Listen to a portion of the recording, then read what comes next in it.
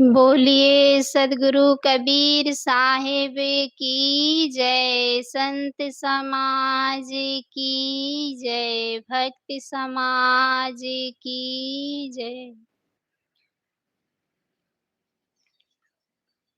परम पूजनीय श्री साहिब जी, अर्चनीय वंदनीय संत समाज, सत्संग प्रेमी भक्त सज्जनों तथा माताओं, आप सबके बीच साहिब जी द्वारा आज्ञा हुई है, सो आज्ञा पालन हेतु सदगुरु कबीर साहिब जी द्वारा रचित एक छोटा सा पद प्रस्तुत है।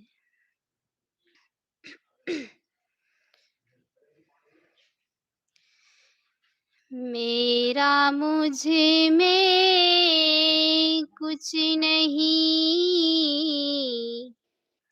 जो कुछ है सो तो तेरा तुझको सौंपता, क्या लागे है मोह। माते पिता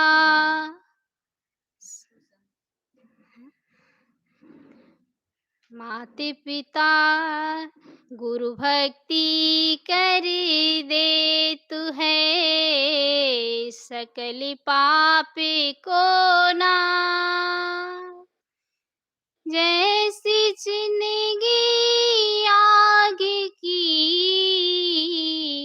पड़ी पुरानी घाव।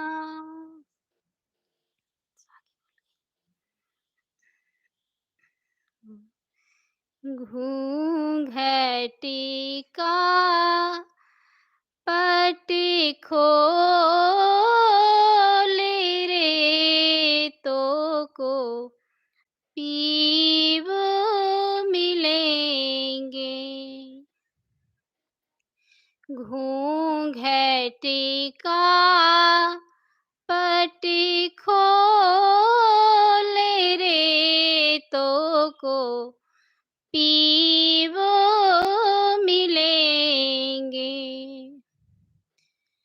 पीव मिलेंगे तो को पीव मिलेंगे। घूंघटी का पट खोल रे तो को पीव मिलेंगे। घटी घटी में वही साईं बसत है, घटी घटी में वही साईं बसत है। कटुक वचन मत बोल रे तो को पीवो मिलेंगे। घूंघटी का पट खोल रे तो को पीव मिलेंगे। घूंघटी का पट खोल रे तो को पीव मिलेंगे। धन यौवन का गर्व न कीजे, धन यौवन का गर्व न कीजे। झूठा पचरंग चोल रे तो को पीवो मिलेंगे। घूंघटी का पट खोल रे तो को पीवो मिलेंगे।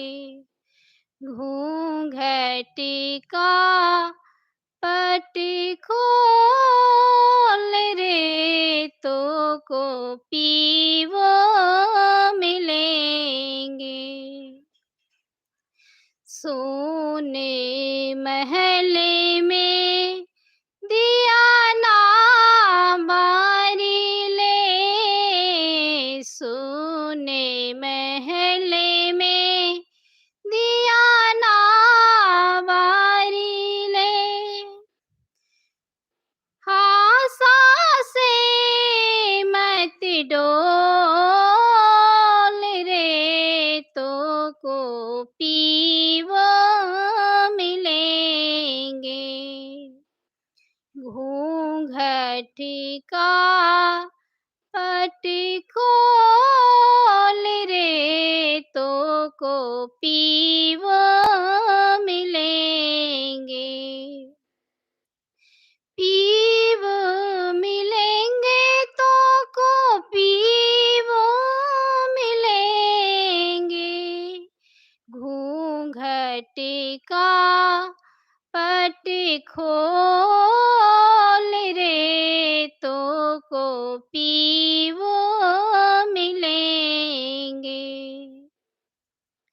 जोगे जुगती से रंगे महले में, जोगे जुगती से रंगे महले में, पिया पाए अनमोल रे, तो को पीवो मिलेंगे।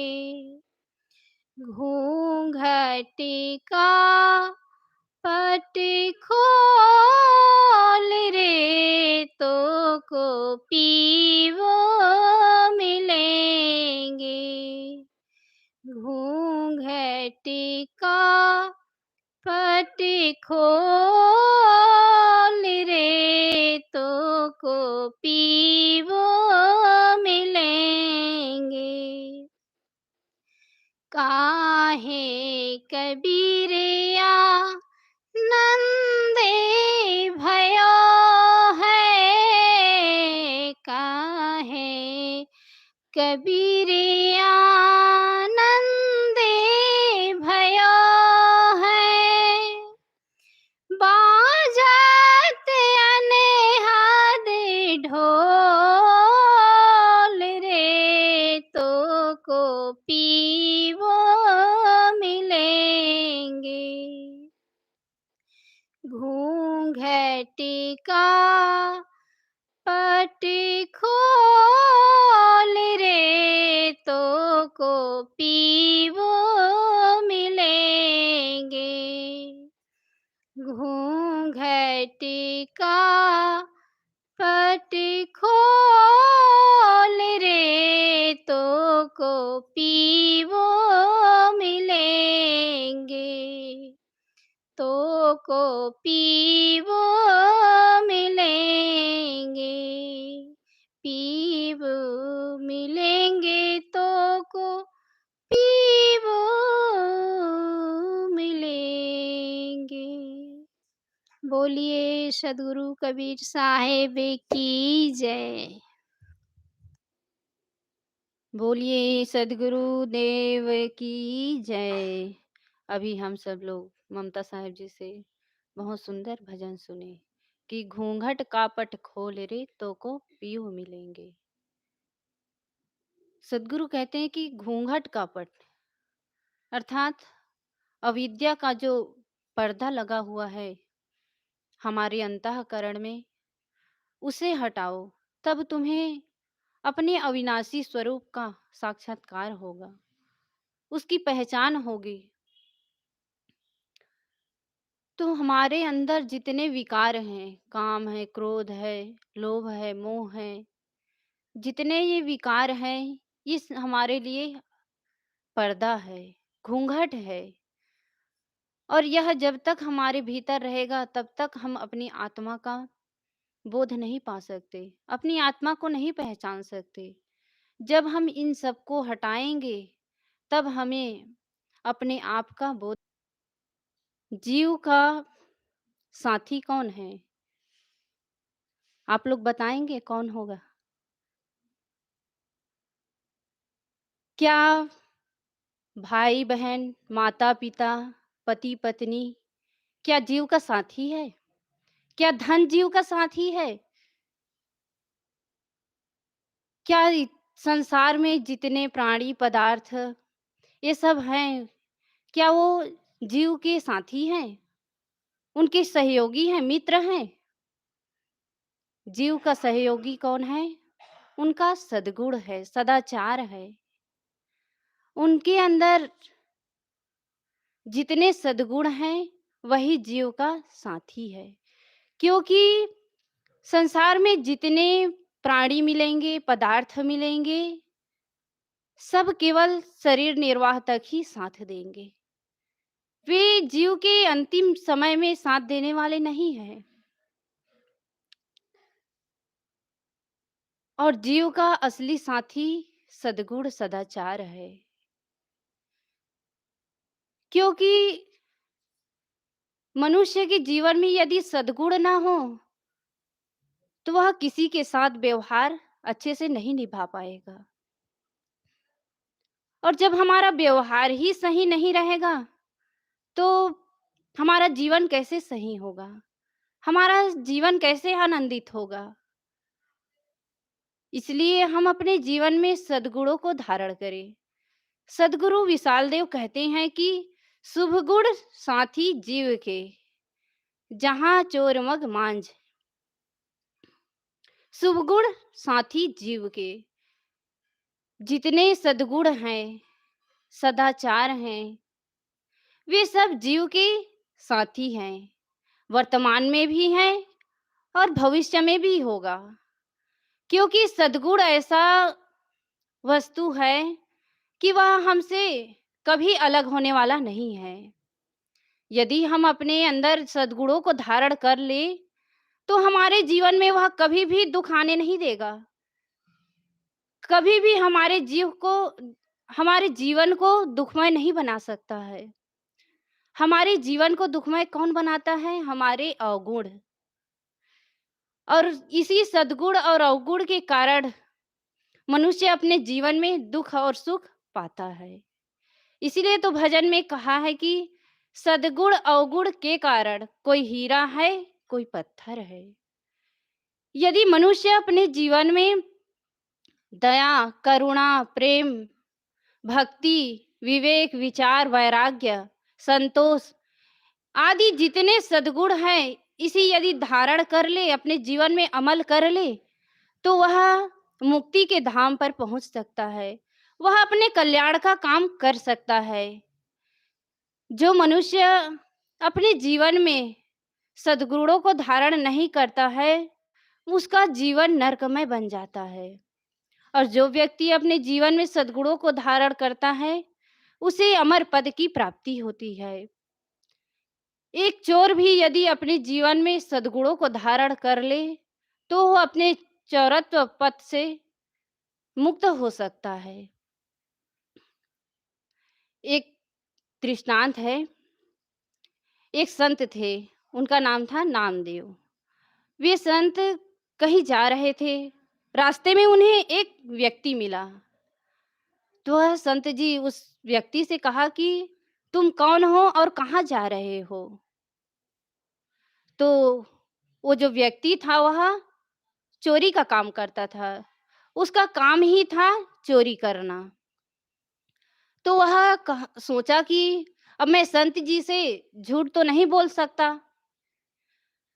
तो वह कहता है कि मैं चोर हूँ और चोरी करने जा रहा हूँ। तो संत नामदेव कहते हैं कि तुम चोरी क्यों करते हो? तुम चोरी को छोड़ करके कोई बिज़नेस व्यापार करो, कोई धंधा करो। तो वह चोर जो व्यक्ति था, वह कहता है कि संत जी, मेरे पूर्वज भी चोरी का ही काम करते थे। मेरे पिता, पितामह सब चोरी ही करते थे और इसलिए मैं भी चोरी ही करता हूँ। मेरे पास इतना धन नहीं है कि मैं कोई व्यापार कर सकूँ, कोई धंधा कर सकूँ। क्योंकि मेरे पास धन नहीं है। तो संत नामदेव कहते हैं कि ठीक है, तुम चोरी करते हो तो करते रहो, लेकिन तुम मेरी एक बात मान लो। तो जो चोर था वह कहते हैं कि आज्ञा कीजिए प्रभु। तो संत नामदेव जी कहते हैं कि तुम चोरी भले ही करो, लेकिन अपने जीवन में झूठ कभी मत बोलना, असत्य कभी मत बोलना, फिर चाहे तुम जो भी काम करो। तो ऐसा कह कर के संत नामदेव जी चुप हो गए और वह व्यक्ति संत जी को प्रणाम करके वहां से चला गया। वह व्यक्ति रास्ते रास्ते जा रहा था, तो उसे एक और व्यक्ति मिल गया और वह व्यक्ति था उस गांव का, उस देश का राजा था। लेकिन वह राजा अपने भेष में नहीं आया था, किंतु वह साधारण व्यक्ति के भेष में आया था। इसलिए वह चोर उनको पहचान नहीं पाया। तो चोर जो है उस राजा से पूछता है कि भाई तुम कौन हो और यहाँ क्या कर रहे हो? तो राजा जो थे वो कहता है कि मैं, वो भी पूछता है कि आप कौन हैं? तो वो भी कहता है कि मैं चोर हूँ। चोर जो था वह राजा से कहता है कि मैं चोर हूँ। तो राजा कहते हैं कि आप दिखने में तो नहीं लगते कि आप चोर हैं। आप देखने में लगते हैं कि एक सज्जन व्यक्ति दिखते हैं। तो वह चोर जो था कहते हैं कि नहीं, नहीं, मैं चोर हूँ और मैं चोरी करने के लिए ही जा रहा हूँ। तब वह व्यक्ति राजा से पूछता है कि आप कौन हैं? तब राजा कहते हैं कि मैं भी चोर हूँ और मैं इस धंधा को, इस काम को अभी-अभी सीखा हूँ। मैं चोरी करना अभी-अभी ही शुरू किया हूँ। तो वह राजा कहते हैं कि ठीक है, आज हम दोनों एक साथ चोरी करने जाएँगे और कहते हैं कि हम चोरी करने कहाँ जाएँगे? राजमहल में जाएँगे। तो वह व्यक्ति कहता है कि हम राजमहल में चोरी करने कैसे जाएँगे? हमें वहाँ का मार्ग भी पता नहीं है। तो राजा कहता है कि आप इसकी चिंता मत करिए, आप मेरे साथ चलिए, क्योंकि मैं बहुत साल पहले राजा का नौकर था, लेकिन कुछ गलती के कारण राजा ने मुझे नौकरी से निकाल दिया और इसलिए मुझे ऐसा, राजा जी ने मुझे निकाल दिया। तो यह बात लोगों को पता चली और तब से लोगों ने मुझे नौकरी देना नहीं चाहा। इसीलिए और मैं चोरी करने का काम शुरू किया हूँ। तो राजा कहते हैं कि चलो फिर राजमहल में जाएँगे और वहाँ चोरी करेंगे, क्योंकि वहाँ के जितने भी गुप्त द्वार हैं, हर जगह की खबर मुझे है। वह चोर जो है दोनों एक साथ चले जाते हैं और फिर कहते हैं कि राजा कि भाई आप ही जाइए, क्योंकि आपको आदत है चोरी करने की और चोरी किसमें किया जाता है? रात में, अंधेरे में। तो आपको अभ्यास है कि आप अंधेरे में भी जा सकते हैं। तो वो कहता है कि मुझे तो पता भी नहीं है कि खजाना का मार्ग कहाँ है? कहाँ मिलेगा मुझे खजाना? इतने बड़े राजमहल है, फिर मैं कैसे जान पाऊँगा कि यहाँ पर खजाना है? तो वह जो राजा जी थे, वह कहते हैं कि तुम महल के अंदर जाना और तुम्हें वहाँ एक कमरा मिलेगा। तो चोर जो था वही चला गया, जहाँ खजाना था और राजा ने वो उसका रास्ता भी बता दिया था। तो वो जो चोर था वह अंदर चला गया और देखा कि कमरे में बड़ा-बड़ा संदूक था। अब वह उसकी चाबी खोजने लगा, क्यों, और जो संदूक था उसका जो ताला लगा हुआ था उसमें, वह बड़ा-बड़ा था। अब वह खोजता रहा चाबी, फिर उसकी दृष्टि एक छोटे से बक्से पर पड़ा, छोटी संदूक पर, और वहीं पर चाबी भी पड़ा था। वह उस बक्से को खोलने लगा। कुछ देर परिश्रम किया, फिर वह ताला खुल गया और जैसे ही ताला खोला तो उस बक्से को खोला, फिर उसकी आँखें एकदम चौंधिया गई। मतलब चमक उसमें क्या था उस बक्से में? हीरा था, हीरा। उस बक्से में 3 हीरा थे। अब वह व्यक्ति तीनों हीरा को उठा लिया हाथ में और कहा कि हीरा तो 3 हैं और हम लोग हैं 2, फिर हम इस 3 हीरे को हम लोग कैसे बाँटेंगे? तो वह व्यक्ति सोचता है कि यदि मैं 2 हीरा मैं रख लेता हूँ और 1 हीरा उसको दे देता हूँ और वह पूछेगा, तो मैं उससे झूठ तो बोल नहीं सकूँगा, क्योंकि मैं संत जी को वचन दे चुका हूँ कि मैं कभी भी झूठ नहीं बोलूँगा। अब वह विचार किया और क्या किया फिर? उसमें वो जो 3 हीरा थे, उसमें से 1 हीरा को उस बक्से में डाल दिया और फिर उस कमरे से बाहर निकल आया और कहा कि वो राजा के पास आया और कहा कि भाई, 1 हीरा तुम रख लो और 1 हीरा मैं रख लेता हूँ। ऐसा करके वह व्यक्ति चला गया। अब राजा सोचने लगा, क्योंकि राजा को तो अपनी महल की हर चीज़ों की जानकारी है कि मेरे पास कितना खजाना है, कितना हीरा मोती है, कितना धन है, इन सब का ज्ञान था। अब वो विचार करने लगा कि उस बक्से में तो हीरा 3 थे, फिर इस व्यक्ति ने कैसे 2 हीरा लाए? 1 हीरा को क्यों रख लिए? फिर वह जाकर के देखता है, तो देखता है कि उस बक्से में 1 हीरा रखा हुआ है। वह विचार किया कि चोर है और इतनी ईमानदारी कि एक-एक हीरा दोनों के लिए रख लिए और 1 हीरा को छोड़ दिए। अब वह उस हीरा की जो बक्सा थे, वो संदूक थी, उसको वैसे ही खुली छोड़ कर के वह राजमहल में चला गया।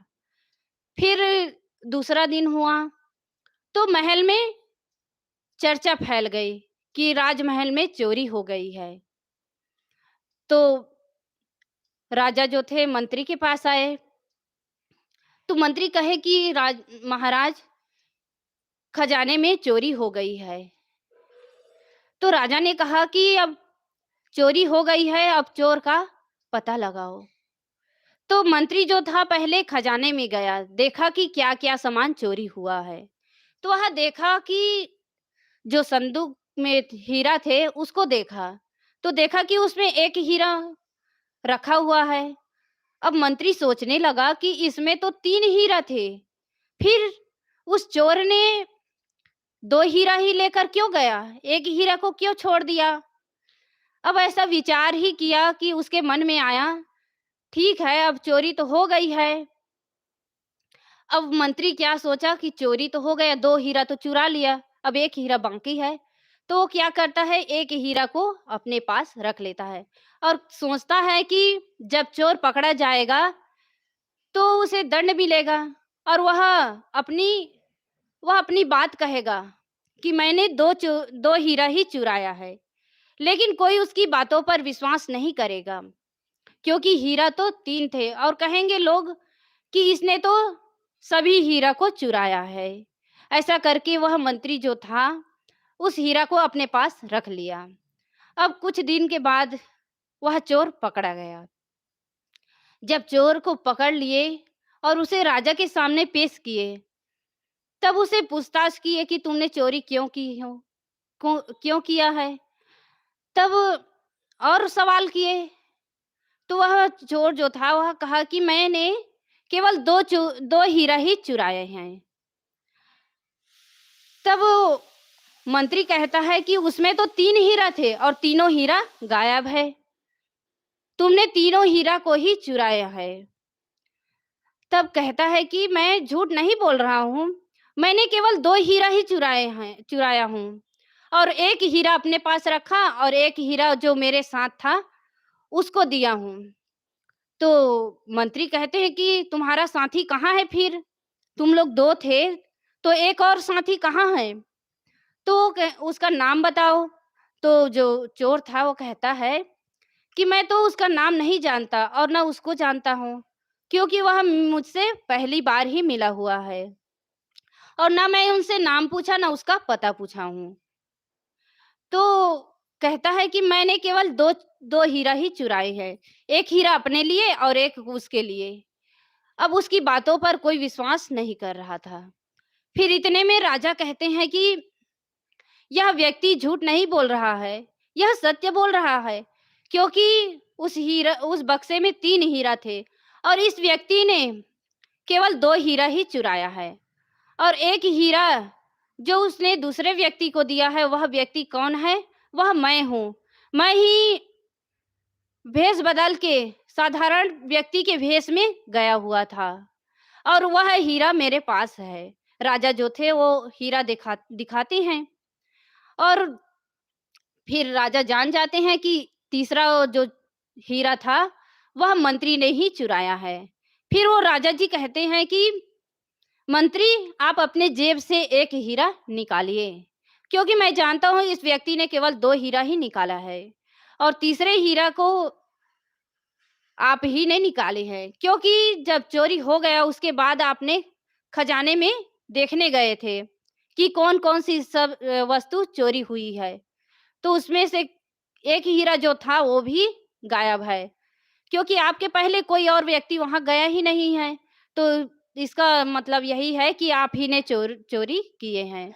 तो जो मंत्री जो था वह हीरा निकाल देते हैं और जो चोर था उसको कहते हैं कि राजा, तुम चोर हो करके भी झूठ नहीं बोले, ईमानदारी का काम किए, इसलिए तुम्हें मंत्री का पद दिया जाता है, तुम इसे स्वीकार करो।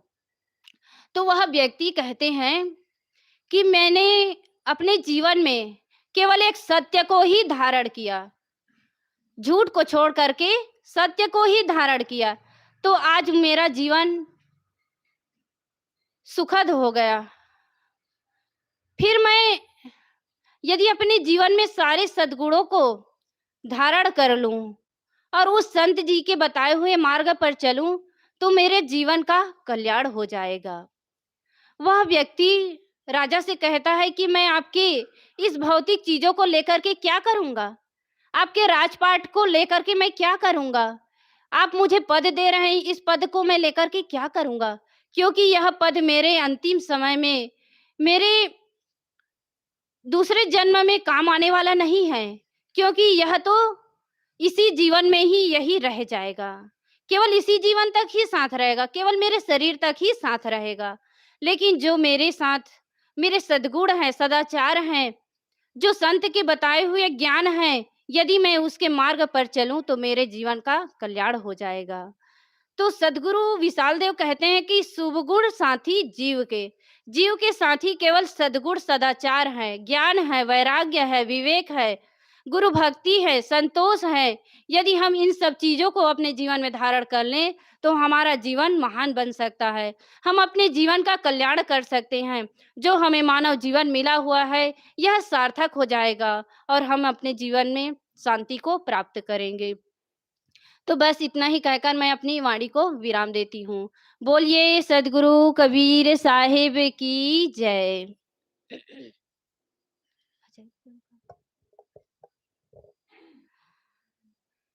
आइए अब विचारों की कड़ी में अब थोड़ा विराम ले लेते हैं और एक भजन सुन लेते हैं।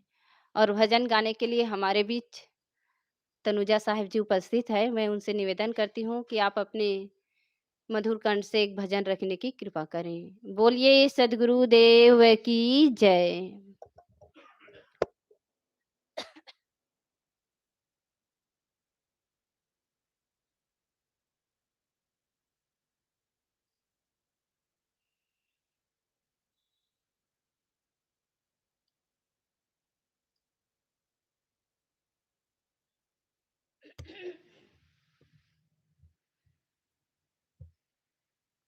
बोलिए सद्गुरुदेव की जय, संत समाज की जय, भक्त समाज। आओ ना साहिब जी।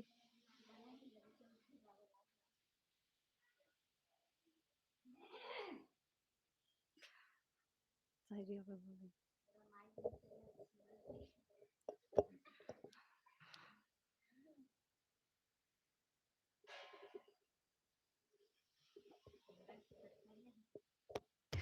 कल्याणी साहब हम लोगों को कल्याण नहीं करना चाहती है।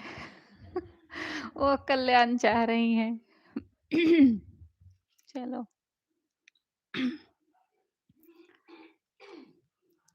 पूज्य श्री साहेब जी, मुद मंगलमय संत समाज, धर्म प्रेमी भक्त सज्जन, भक्तिमती माताओं, आप सबके समक्ष एक भजन है छोटा सा, नहीं तो आप लोग भी गाना। कर ले भला होगा भला, अंत भला है। कर ले भला होगा भला, अंत भला है। बस यही संसार में जीने की कला है। बस यही संसार में जीने की कला है। कर ले भला होगा भला, अंत भला है। कर ले भला होगा भला, अंत भला है। बस यही संसार में जीने की कला है। बस यही संसार में जीने की कला है। जिसने नेकी बदी को विचारा, राज समझा है जीवन का सारा। जिसने नेकी बदी को विचारा, राज समझा है जीवन का सारा। रंग भरी इस दुनिया से मुख मोड़ चला है। रंग भरी इस दुनिया से मुख मोड़ चला है। बस यही संसार में जीने की कला है। बस यही संसार में जीने की कला है। कर ले भला होगा भला, अंत भला है। कर ले भला होगा भला, अंत भला है। बस यही संसार में जीने की कला है। बस यही संसार में जीने की कला है। पाप जिसने कभी ना किया हो, दीन दुखियों को जीवन दिया हो। पाप जिसने कभी ना किया हो, दीन दुखियों को जीवन दिया हो। उसका बाग सदा हरा फूला फला है। उसका बाग सदा हरा फूला फला है। बस यही संसार में जीने की कला है। बस यही संसार में जीने की कला है। कर ले भला होगा भला, अंत भला है।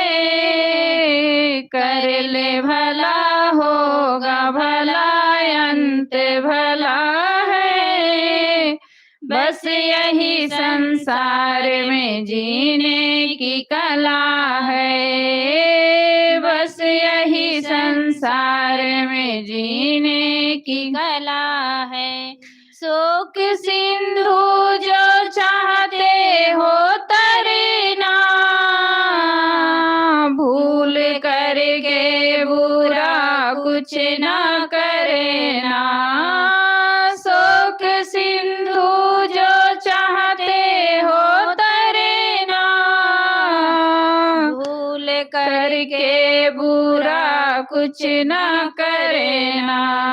मान लो बेमोल ये ऋषियों की सलाह है। मान लो बेमोल बेमोल ये संतों की सलाह है।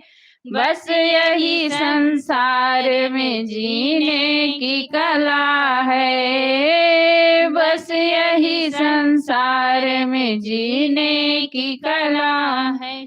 कर ले भला होगा भला, अंत भला है। कर ले भला होगा भला, अंत भला है। बस यही संसार में जीने की कला है। बस यही संसार में जीने की कला है। संत गुरु की शरण में जो आया, ज्ञान भक्ति में मन को लगाया। सद्गुरु की शरण में जो आया, ज्ञान भक्ति में मन को लगाया। ज्ञान भक्ति में मन को लगाया। क्रोध की अग्नि में वो ना कभी जला है। क्रोध की अग्नि में वो ना कभी जला है। बस यही संसार में जीने की कला है। बस यही संसार में जीने की कला है। कर ले भला होगा भला, अंत भला है। कर ले भला होगा भला, अंत भला है। बस यही संसार में जीने की कला है। बस यही संसार में जीने की कला है। बस पूरा हो गया ना। यही जीने की कला है, बहुत थोड़े में। ये जो बेमोल बेमोल नाम है वो संत का, जिसने भजन को बनाया है। मान लो बेमोल ये ऋषियों की सलाह है। बहुत सुंदर भजन है ये। कर ले भला होगा भला, फिर अंत भला है। बस यही संसार में जीने की कला है। बस इतना जो जीवन में उतार लिए, फिर और कुछ उनको करने की जरूरत नहीं है। सहज ही वो भव सागर को पार कर जाएंगे। भलाई कर भला होगा। भला होगा, बुराई कर बुरा बुरा होगा। कोई देखे न देखे पर खुदा तो देखता होगा। भलाई करोगे तो उसका परिणाम भला ही आएगा, उसका गलत नहीं हो सकता है। कोई देखे न देखे पर भलाई करने के लिए किसी को दिखाने की जरूरत नहीं होती है। बस केवल करते जाओ, उसका पिटारा नहीं पीटना है, बाजा नहीं बजाना है कि हम भलाई कर रहे हैं। आजकल क्या होता है, कोई दान भी करते हैं तो हमारा नाम लिखा होना चाहिए। उस पंखा देंगे तो पंखे में मेरा नाम होना चाहिए। कहीं दिए हैं तो उसमें मेरा पत्थर में खुदवा खुदवा के लोग लिखवाते हैं। बाहर दिखाने की जरूरत नहीं है, वो तो लिख गया, तुम्हारा पुण्य बन गया, सत्कर्म बन गया। वो ऐसी जगह लिखा गया है कि जो कभी मिट नहीं सकता है। ये तो मिट जाएगा पत्थर का। पंखा में जितने दिन नाम लिखा रहेगा, जितने दिन वो पंखा रहेगा उतने दिन चलो, तो सड़ने गलने वाला है। लेकिन ऐसी जगह लिखा जाएगा कि जो भी अमर हो जाएगा, उसको कोई मिटा नहीं सकता है। तो हम पुण्य करते हैं, परमार्थ करते हैं, परोपकार करते हैं, तो उसको दिखाने की जरूरत नहीं होती है कि उसको दिखाएं तब कोई जाने। साहब कहते कोई देखे ना देखे, उसको कोई देखे या ना देखे, खुदा तो देखता होगा। वो तो तुम्हारा ऐसी जगह लिखा गया है कि जो कभी मिटने वाला नहीं है। कहते हैं एक बार ट्रेन में सफर कर रहे थे यात्री, तो ट्रेन में भिखारी लोग आते हैं भिक्षा मांगने। तो भिखारी आया, बाबू कुछ दे दो, बाबू कुछ दे दो कहते आया। तो ऊपर की सीट में एक व्यक्ति सोया था, तो वहां से वो अपनी जेब से सिक्का निकाला और नीचे वाली सीट वाले को दिया कि लो इस भिखारी को दे देना। तो अंधा था भिखारी, अंधा था, देखता भी नहीं था। तो वो सिक्का उठाया और उसके हाथ में रख दिया। तो वो आशीर्वाद देने लगा, धन्यवाद देने लगा कि तुम्हारा भला करे भगवान। तो दूसरा व्यक्ति जो सीट में बैठा था उसने कहा, "आप जिसको दे रहे हो धन्यवाद, आशीर्वाद, उन्होंने नहीं दिया है। पैसा तो ऊपर वाले सीट से आया है।" तो उसने कहा, "बाबू, मैं अंधा हूँ, लेकिन भगवान अंधा नहीं है। वो देख रहा है। मैं अंधा हूँ, मैं नहीं देख रहा हूँ, लेकिन देने वाले को भगवान देख रहा है, किसने दिया है और इसका तो परिणाम वही देगा कि किसको हमें क्या देना है। ये प्रकृति स्वयं उसका निर्धारण करती है कि किसको क्या देना है, क्या नहीं देना है, कौन क्या कर रहा है अपने जीवन में। उसका परिणाम उसके जीवन में स्वयं आएगा, उसको दिखाने की ज़रूरत नहीं होती है।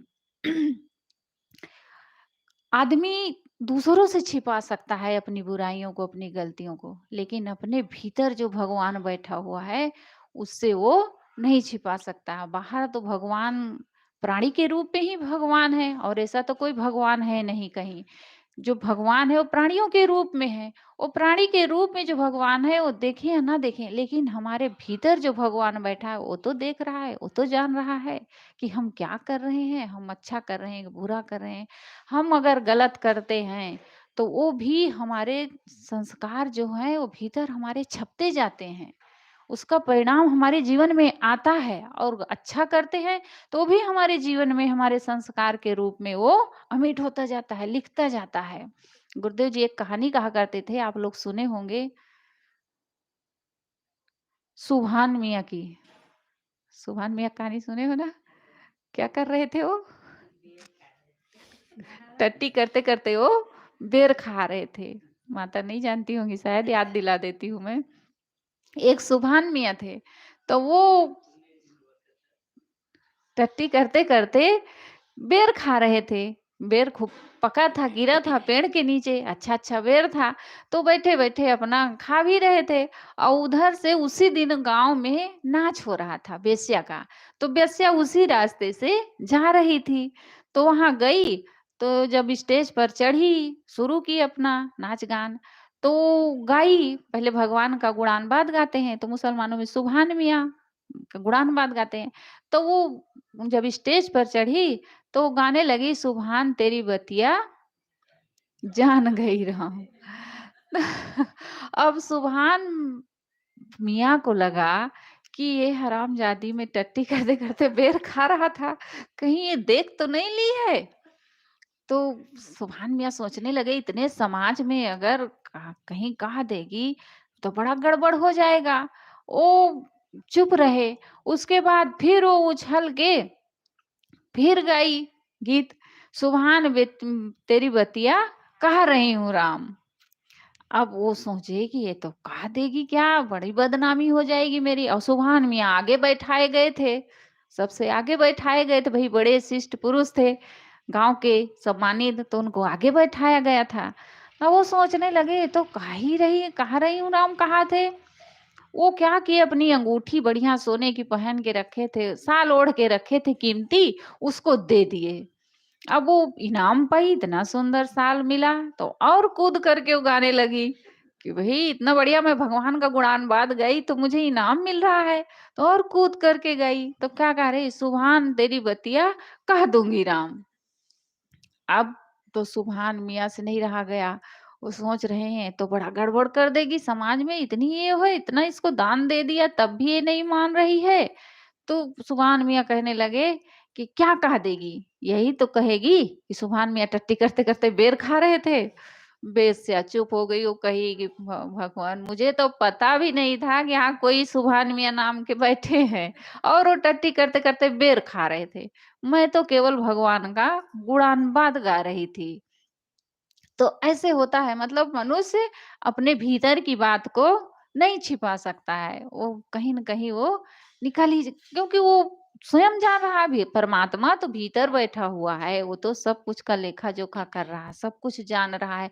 हम दूसरों से अपनी बुराइयों को छुपा सकते हैं, दूसरों से अपनी गलतियों को छिपा सकते हैं, लेकिन अपने आप से नहीं छिपा सकते हैं। साहब कहते हैं, "कर ले भला, होगा भला।" तुम भलाई करो, भलाई करोगे तो वो परोपकार तुम्हारा जो है, वो तुम्हें कभी दुःख नहीं दे सकता, तुम्हारे जीवन में कभी अशांति नहीं आ सकती है। जैसे हम कुछ भी करते हैं, हम बुराई करेंगे तो उसका भी परिणाम हमें 2 गुना आगे मिलता है और भलाई करते हैं तो उसका भी परिणाम हमें सुख शांति के रूप में हमारे जीवन में आता ही है लौट करके। हम रोज़ खेत में बोते हैं, बीज जानते हैं कितना थोड़ा-सा कहीं डालते हैं, लेकिन उसका के गुना हम लोगों को लौट करके मिलता है। ऐसे हमारे कर्मों का भी परिणाम है, हम अच्छा करेंगे तो उसका भी परिणाम हमारे जीवन में आएगा और बुरा करेंगे तो उसका भी परिणाम आएगा। कहते हैं एक बच्चा था, वो बच्चा एक बहुत बड़ा ऑफिस था। वहीं ब वो बैठ कर के जूता पॉलिश करता था। तो एक बाबू साहब उतर रहे थे ऊपर से, तो उस दिन वो उस बच्चे का जन्मदिन था। तो बच्चा सोचा था आज मेरा जन्मदिन है, इस रास्ते से आज जो 10वाँ व्यक्ति आएगा उसका जूता मैं आज फ्री में पॉलिश करूँगा क्योंकि आज मेरा जन्मदिन है। तो एक बाबू साहब उतरे ऊपर से बूट पहने, दौड़ा, बाबूजी मुझे दीजिए, मैं आपका जूता पॉलिश कर देता हूँ। नहीं करवाना चाहते थे, लेकिन नहीं बाबूजी आज मेरा जन्मदिन है और मैं संकल्प लिया हूँ कि हर 10वें व्यक्ति का मैं जूता पॉलिश करूँगा। तो उन्होंने कहा, "अच्छा तुम्हारा जन्मदिन है?" निकाल दिए जूता, दे दिए, पॉलिश कर दिया। तो उन्होंने पूछा कि तुम जूता पॉलिश करते हो तो कितने पैसे लेते हो? तो उन्होंने कहा, "बाबू ₹5।" तो कहे कि आज तुम्हारा जन्मदिन ना होता तो तुम ₹5 लेते इस जूता पॉलिश का? उसने कहा, "हाँ बाबूजी ₹5 लेता।" फिर वो बाबूजी ने अपने जेब से ₹10 के नोट निकाले और उसको दे दिए। वो बच्चा सोचने लगा कि अन्य दिन की अपेक्षा आज मुझको ज़्यादा मिल गया। मैंने सोचा था कि आज 10वें व्यक्ति का मैं फ्री में करूँगा तो मेरे पास पैसा कम आएगा। लेकिन देखिए मन में देने की भावना कैसे जागृत हुई कि उसको उस दिन की अपेक्षा जितने लोग आए और जाने का आज इसका जन्मदिन है, सब उसको ज़्यादा पैसे उस दिन दिए और कहे कि ले के जाओ आज इसकी मिठाइयाँ बाँट देना तुम। वो बच्चा बड़ा खुश हुआ कि देखो देने की भावना केवल आदमी के अंदर जगती है, परोपकार करने की भावना केवल जगती है और उसका कई गुना उसका परिणाम उसके सामने आ जाता है। लेकिन आदमी क्या सोचता है हम दे देंगे तो हम गरीब हो जाएँगे, निर्धन हो जाएँगे। किसी के लिए ₹1 निकलता नहीं है, दान की भावना उठती नहीं है भीतर में।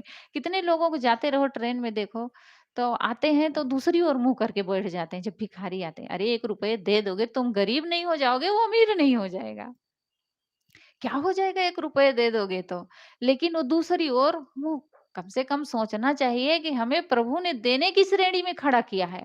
आज वो लेने की श्रेणी में तो नहीं खड़ा किया है, कम से कम हाथ फैलाने की श्रेणी में तो हम नहीं हैं। कम से कम हम दे सकते हैं किसी को, कुछ तो दे सकते हैं। हम पैसे नहीं दे सकते, खाने-पीने की वस्तु नहीं दे सकते हैं, 2 शब्द अच्छा बोल सकते हैं, किसी से हँस सकते हैं, मुस्कुरा सकते हैं, कुछ तो हम दे सकते हैं, मुस्कुरा तो सकते हैं। किसी को कुछ दे देते हैं। कहते हैं एक बार 2 व्यक्ति जेल से निकले, दोनों बाहर बैठे थे। तो हुआ क्या कि वहाँ एक बच्चा गरीब घर का बच्चा बैठा था और वो बच्चा देख रहा वो दोनों व्यक्ति जेल से निकले और खाने लगे कुछ लेकर के, चाय नाश्ता कर रहे थे। वो बच्चा दूर से बैठा देखा, छोटा-सा बच्चा देखते हैं कि वो बच्चा धीरे से मुस्कुरा रहा है उनसे। तो उनको लगा कि ये कुछ खाना चाहता है, वो मुस्कुरा रहा है। तो उनकी जेब में चॉकलेट रखी थी, तो वो चॉकलेट निकाले और बच्चे को बुलाए, कहे, "हाँ बेटा।" गया तो चॉकलेट निकाले और उस बच्चे को दे दिए, कहे, "लो खा लो।" तो बच्चा क्या किया, छोटा-सा बच्चा देखिए संस्कार कैसे उसके अंदर, बच्चा चॉकलेट को 3 भाग किया तोड़ करके, 2 उन लोगों को बाँट दिया और 1 भाग अपना खाया। वो लोग कहे कि देखो, ये है संस्कृति, ये है परोपकार की भावना, ये है संस्कार। कैसे इस बच्चे के अंदर इतना अच्छा संस्कार है देने का। उसकी एक मुस्कुराहट उन लोगों को प्रभावित कर दी और वो लोग बुला करके दिए, तो वो अपना स्वयं ना खा करके और को बाँट करके तब खाया। लेकिन आदमी इतना हो जाता है कंजूस देने के मामले में, धन तो देना बड़ी दूर, किसी को 2 शब्द मीठे नहीं दे पाता है, किसी से हँस नहीं पाता है, मुस्कुरा नहीं पाता है। और जो इतना भी नहीं दे सकता है, किसी को 2 शब्द मीठे बोल नहीं दे सकता, प्रेम से बोल नहीं सकता, किसी को देख कर के मुस्कुरा नहीं सकता है, वो दुनिया का महानिर्धन व्यक्ति है, वो धनवान नहीं है। धनवान वही है जो दूसरों को सुख देता है, शांति देता है, जिसके अंदर सद्गुणों अभी सद्गुण के ऊपर सुने हम लोग कि हमारे जीवन का साथी कौन है? हमारे सद्गुण ही हमारे जीवन में जो हम किए रहते हैं, जो उपकार किए रहते हैं, परोपकार करते हैं, यही तो हमारा सहायक बनता है, यही तो हमारा साथी बनता है। लेकिन आदमी सोचता है कि धन संपत्ति बटोर लेंगे, प्राणी पदार्थों को बटोर लेंगे, इसी से हम माला-माल हो जाएँगे, लेकिन वो माला-माल काम अंत में आने वाला नहीं है। साहब कहते हैं कर ले भला होगा भला, अंत भला है, बस यही संसार में जीने की कला है। आगे साहब कहते हैं जिसने नेकी बदी को विचारा, राज समझा है जीवन का सारा। जिसने समझ लिया कि अच्छा क्या है, बुरा क्या है, वो अपने जीवन का रास्ता ही बदल देता है, उसका जीवन ही बदल जाता है। साहब हम लोग देखें भगवान बुद्ध के जीवन को, उन्होंने अपने ज़िंदगी का राज समझ लिया था। महावीर स्वामी को देखें, सद्गुरु कबीर साहब को देखें, सद्गुरु अभिलाष सा या जो भी महापुरुष हुए हैं, जिनको हम सब भगवान मानते हैं, परमात्मा मानते हैं, उन्होंने संसार को कुछ दिया है, कुछ किया है। उन्होंने क्यों किया? क्योंकि उन्होंने समझ लिया कि ज़िंदगी किस लिए मिली हुई है, हमें इस ज़िंदगी में इस जीवन को पा करके हमें क्या करना चाहिए। उन्होंने इसका राज पा गए, वो ज़िंदगी का राज ज़िंदगी में ज़िंदगी का राज पाना चाहिए। कहते हैं जब तक हम ज़िंदगी का राज नहीं समझेंगे, इसका राज क्या है, यानी जीने की कला, इसको पा करके हमें क्या करना चाहिए, इसको जब तक हम नहीं समझ पाएँगे, तब तक हमें जीवन जीने में मज़ा नहीं आएगा, ज़िंदगी का कोई स्वाद नहीं आएगा। वो बेस्वाद ही हमारी ज़िंदगी बीत जाती है, ज़िंदगी का कोई स्वाद हम नहीं ले पाते हैं। यानी कि जीवन में हमारे सुख शांति आती ही नहीं। भगवान बुद्ध को देखिए, उनके जीवन में क्या कमी थी? घर भरा पूरा परिवार था, जवान पत्नी, जवान छोटा-सा बच्चा, भरी पूरी गृहस्थी उनकी, राज-पाट सब कुछ, लेकिन रोगी, वृद्ध और मृतक तीनों को देखते हैं। घर से जाने के लिए उनको कहीं मनाही थी, कहीं जाना नहीं है, घर में ही सारी सुख-सुविधा उनके लिए की गई थी कि बाहर निकले ही ना, क्योंकि भविष्यवाणी हुई थी कि ये किसी दिन एक महान संत बनेगा। तो राजा उसके लिए पूरा प्रबंध किए थे, कहीं जाना-आना नहीं है। एक दिन उनकी नगर देखने की इच्छा होती है और उनको भेजते हैं, उनका जो रथ चालक रहता है वो लेकर के जाता है। रास्ता में उनको वृद्ध मिल जाते हैं, तो देखते हैं तो कहते हैं ये कौन है? तो बताते हैं कि ये वृद्ध हैं। तो कहे कि ये कैसे होते हैं? तो बताए कि महाराज अगर हम लोग भी राजकुमार अगर हम लोग भी जीते रह गए इतने दिन तो हम लोग भी ऐसे हो जाएँगे। हम लोग भी ऐसे हो जाएँगे? कहे हाँ, एक दिन यही हाल सबकी होनी है। बूढ़ा कमर झुकाए चल रहा था। अरे! इतना दुःख इस शरीर को पा कर के। आगे देखते हैं एक रोगी जा रहा है, दुःख में तड़फ रहा है। उसको देख कर के पूछते हैं ये कौन है? तो बताते हैं कि ये रोगी है। किसी को भी रोग हो सकती है। उसको देख कर के उनको बहुत पीड़ा होती है, कष्ट होता है। आगे फिर मृत व्यक्ति को देखते हैं। उसको देख कर के उनका जीवन बदल गया। उनको लगा कि अरे! इस ज़िंदगी को पा कर के हम क्या कर रहे हैं? जब ऐसी स्थिति होनी है, तो हम क्यों ना ऐसा काम कर लें कि जिससे दुखदाई शरीर ही ना मिले। ये पीड़ा भरा है संसार हमें देखना ही ना पड़े। ऐसा काम हम क्यों नहीं कल्याण का कर लेते हैं? और उस दिन से भगवान सिद्धार्थ गौतम से बुद्ध बन गए। लेकिन हम लोग क्या हैं? हम लोग रोज़ देखते हैं मौत, रोज़ मरते हैं, रोज़ वृद्ध देख रहे हैं, रोज़ रोगी देख रहे हैं, लेकिन फिर भी हम लोग बुद्धू बने रहते हैं। नहीं सोचते हैं कि हमें भी इस दुनिया से जाना है। ऐसे हमारे भी शरीर की ये स्थिति हो सकती है, हमें भी इस संसार से जाना है, हमारा भी शरीर बूढ़ा होगा। आदमी जवानी को पाता है तो भूल जाता है, सुंदर स्वस्थ शरीर मिल जाता है तो किसी को अपने आगे समझता नहीं है। रोज मौत देखता है, रोज शमशान में जाता है, लेकिन अपने लिए नहीं सोचता है कि हमें भी इस संसार से एक दिन जाना है। अगर आदमी सोच लेगा, इस संसार और शरीर की नश्वरता को जान जाएगा, तो किसी के साथ वो गलत नहीं करेगा, वो सबके साथ अच्छा करेगा। काठमांडू नेपाल में एक जज की कुर्सी पर सदगुरु विशाल साहब की भवयान पुस्तक रखी थी। जज की टेबल पर सदगुरु विशाल साहब के भवयान पुस्तक है, बुक है बहुत बढ़िया। तो उस